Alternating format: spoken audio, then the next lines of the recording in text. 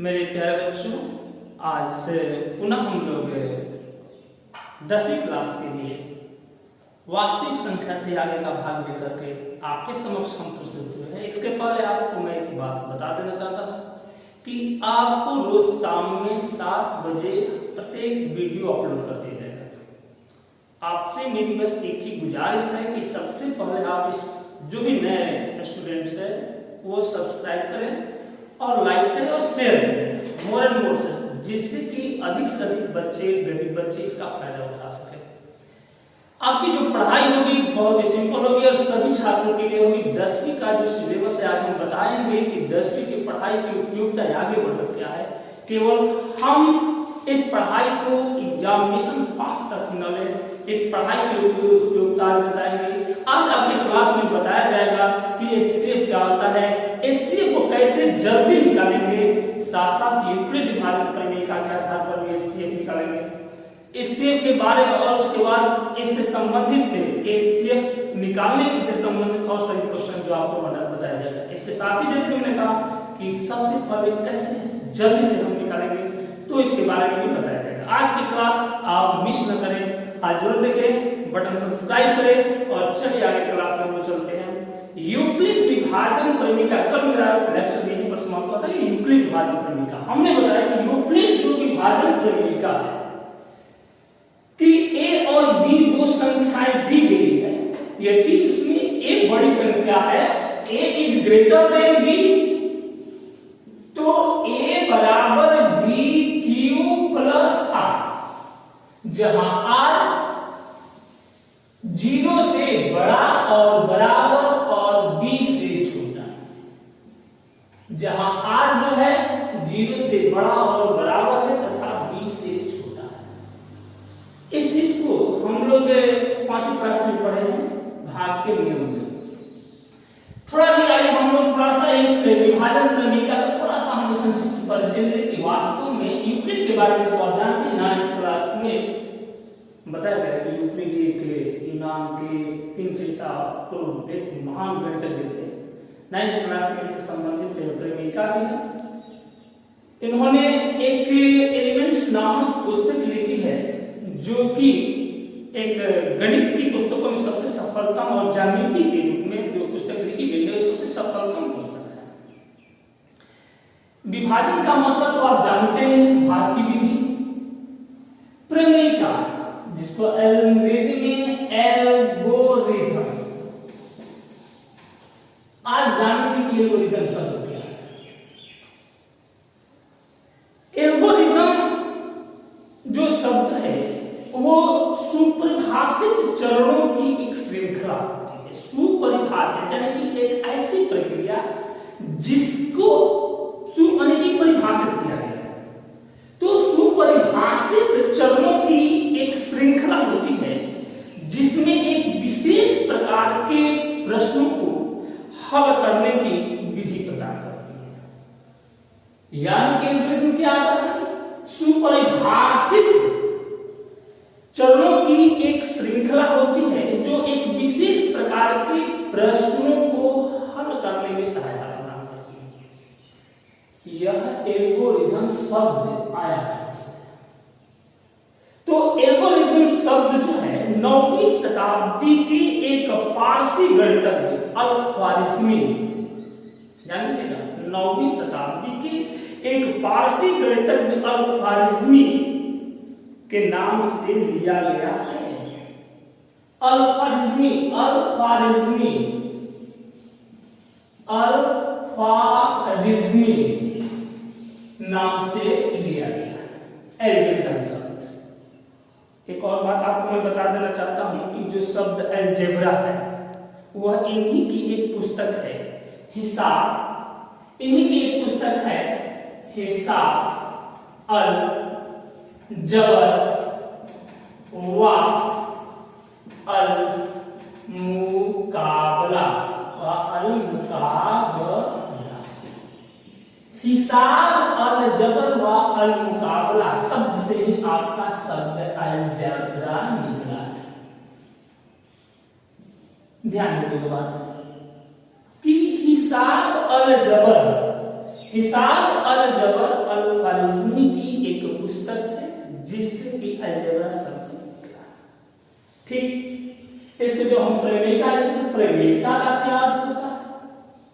तो प्रमेयिका जो होती है एक स्वयं सिद्ध कथन होते हैं, स्वयं सिद्ध कथन होते हैं जिसके आधार पर हम अन्य तत्वों को, अन्य प्रमेयों को हल करते हैं।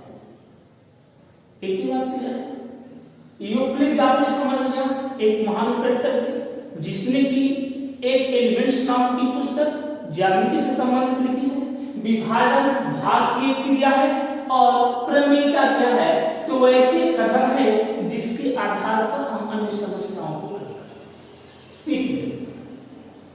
अब ये जो बात दी गई है A बराबर B Q जोड़ R जो यूक्लिड विभाजन प्रमेयिका में दिया गया, ये कोई नई बात नहीं है। अब भाग की क्रिया में आइए थोड़ा सा देखते हैं हम भाग की क्रिया। आपने भाग की क्रिया पढ़ी है, जैसे कि हम लोग एक सिंपल लेते हैं 2 से 15 ले लेते हैं, इसमें हम भाग देते हैं 4 से भाग देते हैं, 4 5 20, फिर 1 और ये 5, फिर हम कितना ले लेते हैं 4 3 12। ध्यान दीजिएगा 5 में से 2 जाएगा 3। यहां पर ये क्या है? इसको क्या कहते हैं? भाज्य। ये क्या है? भाजक। ये क्या है? भागफल। और ये क्या है? शेषफल।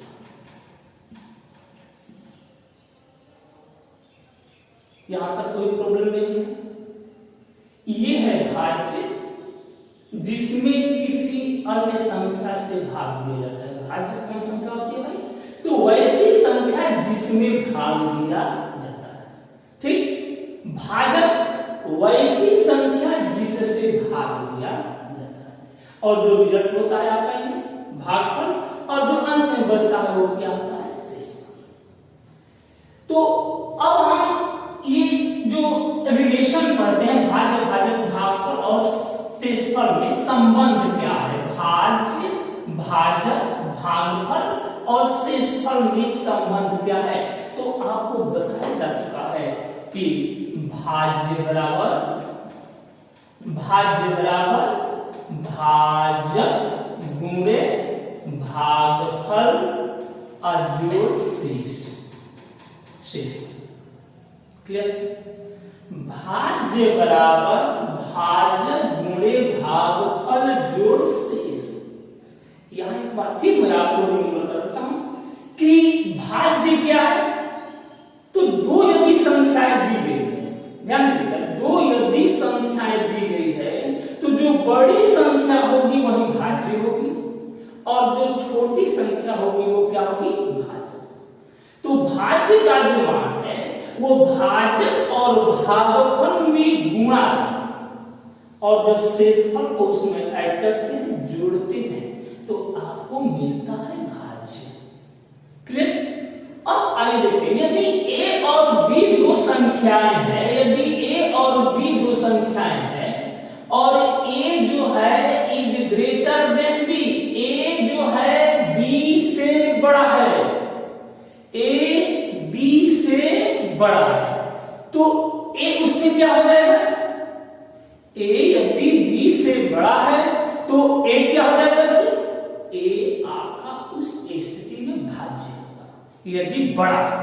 यदि b बड़ा होगा, यदि b बड़ा होगा a से, तो b इसमें क्या हो जाएगा? भाज्य हो जाएगा, और a क्या हो जाएगा?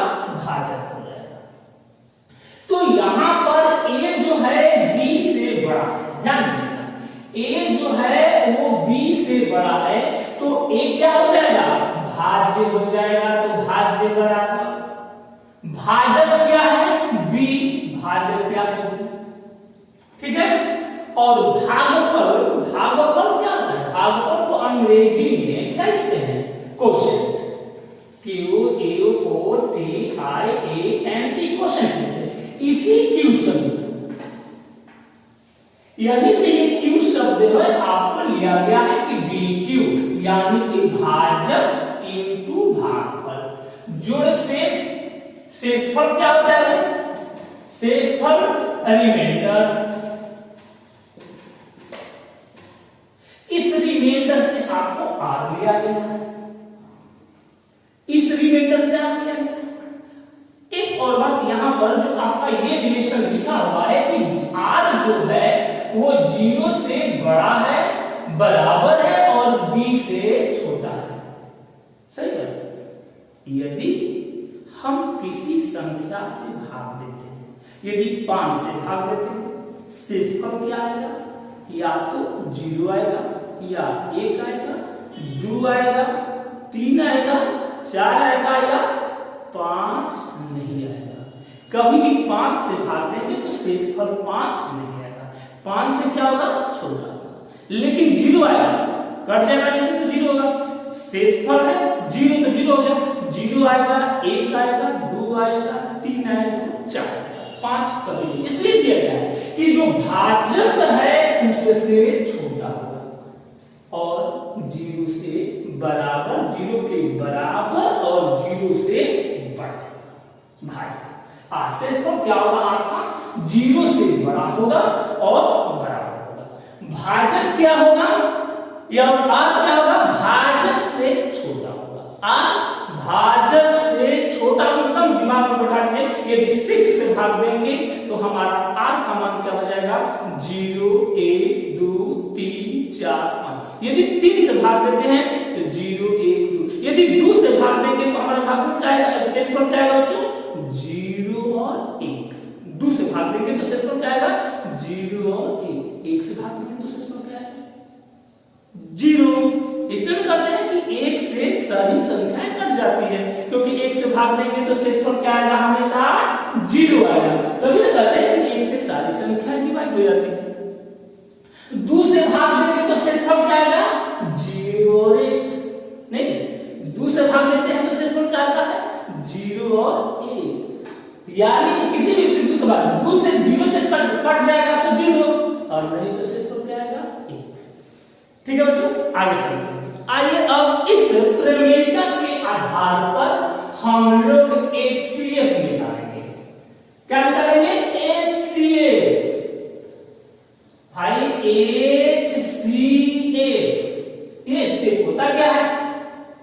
इस पर ध्यान दें। HCF क्या है? हम लोग हिंदी में कहते हैं मौसा लिखते हैं, थोड़ा सा और ज्यादा करते तो मौसा लिखते हैं। ठीक है, तो HCF हाईएस्ट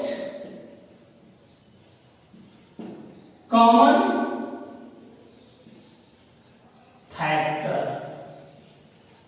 अब थोड़ी सी बात हम थोड़ा सा पीछे जाएंगे, क्योंकि आपको पढ़ा रहे हैं तो मैं चाहूंगा कि इसमें ऐसे भी लड़के हैं जिनका बुनियाद, जिनका बेसिक थोड़ा सा कमजोर है।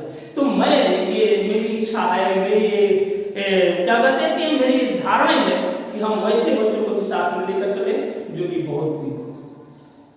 तो HCF में ये फैक्टर थोड़ा सा आप लोग, क्योंकि इस चैनल से वैसे भी लड़के जुड़े हुए हैं जो कि कंपटीशन वगैरह की परीक्षा तैयारी करते हैं, प्रतियोगी परीक्षाओं की तैयारी करते हैं, उनके लिए ये बहुत जरूरी हो जाता है कि HCF को जल्दी कैसे फाइंड आउट करें। तो बच्चों, HCF को जल्दी फाइंड आउट करने के लिए आपको इसका मतलब समझिए कि ये मतलब आप समझ गए तो आपको लंबा प्रोसेस जाने की आवश्यकता नहीं पड़ेगी, क्योंकि इसीलिए इसका डिफिनेशन, ये इसीलिए उसका हाईएस्ट कॉमन फैक्टर। ये हाईएस्ट कॉमन फैक्टर थोड़ा सा हम समझ लेते हैं फैक्टर क्या है। तो फैक्टर यानी कि हम हिंदी में लिखते हैं अपवर्तक। अब अपवर्तक कैसी संख्या होती है? तो अपवर्तक वे सारी संख्याएं जिनसे दी गई संख्या विभाजित हो जाए। क्लियर? जैसे 12 का अपवर्तक क्या होगा? तो 12 जिन जिन संख्याओं से डिवाइड होगी, 1 से डिवाइड हो जाएगी 12, 2 से होगा डिवाइड 3, 4, 6 और 12। तो इन संख्याओं से 12 डिवाइड होगा। 18 किन संख्याओं से डिवाइड होगा?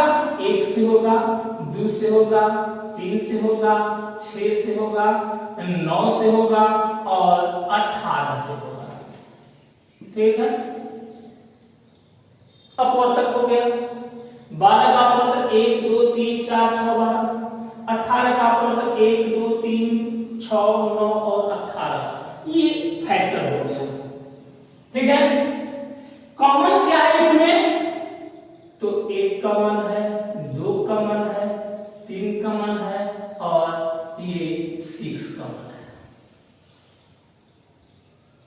इतनी बात समझ में आ रही है कि जो हम फैक्टर लिखते हैं 1 2 3 4 6 12, 12 का फैक्टर, 18 का फैक्टर, 1 2 3 6 9 और 18, इसमें जो कॉमन है 1 कॉमन है, 2 कॉमन है, 3 कॉमन है, 6 कॉमन है।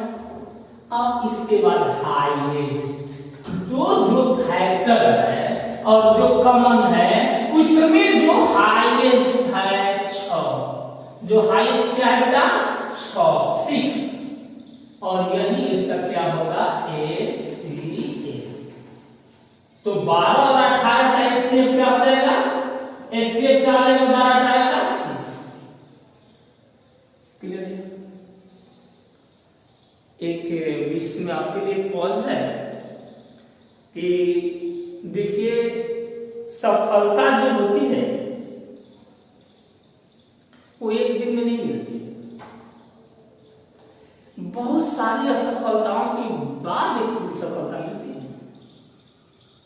आपको पता है, और अपने दिमाग से एक बात को हटा दीजिएगा कि हम सफल नहीं होंगे। आप एक दिन जरूर सफल होंगे। यदि आप सोचते हैं कि अरे सर हमको तो कुछ नहीं आता है, हम तो जीरो है, तो बच्चों मैं आपके लिए संदेश देना चाहता हूं कि don't fear in facing failure in the first attempt. First attempt में फेल होते हैं, इसे डरेंगे तो मरेंगे। आपको पता है कि मैथ जो शुरू होती है 0 से शुरू होती है। यदि मैथ ने सोच लिया होगा कि हम 0 है तो आगे कैसे बढ़ते हैं? Even the successful math start with the 0 only. Clear? इसलिए आप यदि सोच रहे हैं आपके चलते हम बहुत लो मिलाकर के आपको हम पढ़ा रहे हैं, तो आप अपने दिमाग से एक बात हटा दीजिए कि हम शून्य हैं। आपको शून्य मान के हम चल रहे हैं, और यदि इसके बावजूद यदि आपको कोई प्रॉब्लम कहीं भी क्रिएट होता है तो आप मेरे फेसबुक और कुमार तिवारी या परफेक्ट सक्सेस पॉइंट जो लिंक इस पर जा करके आप कमेंट बॉक्स में कमेंट करके हम तक ये अपना मैसेज पहुंचा सकते हैं। या हमने इतना कहा था अपने लाइव में कि मेरा जो नंबर है 80 84 37 16 92, इस नंबर 80, एक बार मैं आपको लिखता हूं 80 84 37 16 92, ये मेरा नंबर है, व्हाट्सएप नंबर है, और आप कॉल भी इस पर कर सकते हैं और कॉल करके जो भी समस्या है आप इसको पूछ सकते हैं। चलिए अगले क्लास में चलते हैं कि अब आप बताएंगे अपने से, मौखिक बताएंगे कि HCF जो होता है वह बड़ी से बड़ी संख्या होती है जिससे दी गई संख्या विभाजित हो जाए। एकदम क्लियर, दिमाग में कंसेप्ट बैठा लीजिए कि HCF क्या होता है। तो HCF वह बड़ी से बड़ी संख्या होती है जिससे, फिर मैं बात रहा हूं कि HCF वो बड़ी से बड़ी संख्या होती है जिससे दी गई संख्या विभाजित हो जाए। इस परिभाषा को, इस डिफिनेशन को यहाँ पर आप जो है लगाकर देख सकते हैं कि 12 और 18 कटने वाली, 12 और 18 जो कटने वाली संख्या है, सबसे बड़ी संख्या क्या है? 6 के अलावा कोई बड़ी संख्या नहीं है जैसे कि 12। ऐसे आगे हम देते हैं और संख्या देखते हैं थोड़ा सा, 24 और 36 का HCF क्या होगा? मौखिक बताइए जल्दी, 24 और 36 का HCF 12, क्योंकि 12 सबसे बड़ी संख्या है जिससे ये दोनों संख्याएं विभाजित हो जाए। चलिए आइए अब हम इस HCF को, जैसा कि आप जानते हैं कि यूक्लिड ने जो HCF निकालने के लिए जो नियम दिया है कोई बहुत बड़ा नियम है जो आप जानते हैं पहले से, वही नियम है, थोड़ा सा उसको चरणबद्ध लिख देना है। क्लियर है? चरणबद्ध तरीके से हम लिख देंगे वहीं से आगे देखते हैं क्या करना है। जैसे कि कोई संख्या दीजिए, कोई संख्या लीजिए आप HCF निकालने के लिए। चलिए छोटी संख्या लेते हैं 6 और 8, एक छोटी संख्या लेते हैं। इसमें आप कैसे निकालते हैं? इसमें 8 जो बड़ी संख्या है उसमें हम किससे भाग देते हैं? 6 ये देते हैं। 6 से भाग देते हैं तो कितने टाइम्स जाता है? 1 टाइम्स। 8 से 6 को घटाते हैं कितना होता है? 2। अब फिर 2 से भाग देते हैं किसमें? 6 में। 2 से 6, 2 3 जा 6, ये कैंसिल हो गया। यानी कि जो अंतिम भाजक होता है, जो अंतिम भाजक है, अंतिम भाजक वही आपका क्या होता है? मशक होता है। तो अंतिम भाजक क्या हुआ यहाँ पर? 2। यहाँ पर भाग की कितनी क्रियाएं की गई? 2। एक ये क्रिया है और एक ये है। अब चलिए थोड़ा इसको हम लोग इस रूप में लिखते हैं, भाज्य बराबर भाजक गुणे भागफल जोड़ शेष। पहले चरण में भाज्य क्या है? 8 है। भाजक क्या है? 6 है। भागफल क्या है? 1 है। और शेषफल क्या है? 2 है।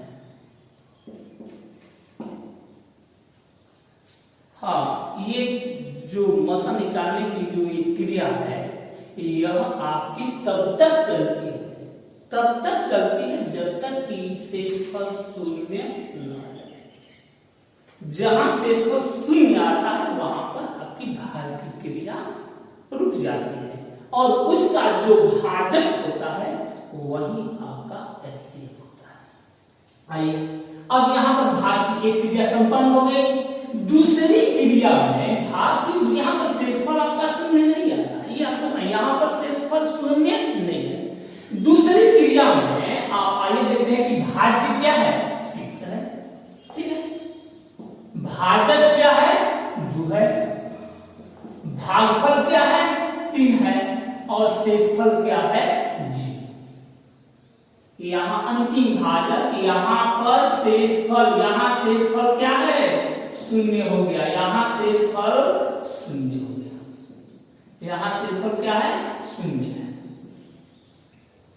इसलिए HCF क्या हो जाएगा? HCF बराबर अंतिम भाजक। अंतिम भाजक और अंतिम भाजक क्या हो गया आपका? यही बेटा आप इसको थोड़ा सा यूक्लिड विभाजन, ये तो बातें आप समझ लीजिए, इसको बना लिए, इसी को हम इस रूप में लिख दिया। क्लियर है? अब आइए यूक्लिड विभाजन प्रमेयिका के अनुसार आप इसको कैसे बनाते हैं, थोड़ा सा इसमें कुछ नहीं करना है, आपको केवल ये चीज हटाना है। अब हम आपको समझाने के लिए स्विच को रख देते हैं। यदि भाज्य A है और भाजक B है तो भाज्य की जगह क्या लिखते हैं? A। भाज्य के साथ क्या लिखते हैं? B। और भागफल को क्या लिखते हैं? Q। और ये जो हो गया आपका शेषफल क्या हो गया? R। जहां R क्या होगा? 0 से बड़ा होगा और B से छोटा होगा। क्लियर है? अब इसको हम E हटा देते हैं। ठीक, E हटा देते हैं। ठीक है, आपको आता है कि परीक्षा में किस यूक्लिड विभाजन प्रमेयिका के आधार पर 6 और 8 का HCF निकालें। अब यहां पर आप यहां A बराबर क्या लिखते हैं? 8। B बराबर क्या लिखते हैं? 6। अब यहां लिखते हैं क्या? यूक्लिड विभाजन प्रमेयिका। यहां पर लिखे हुए आप यूक्लिड विभाजन प्रमेयिका से, यूक्लिड विभाजन प्रमेयिका से A बराबर BQ जोड़ R।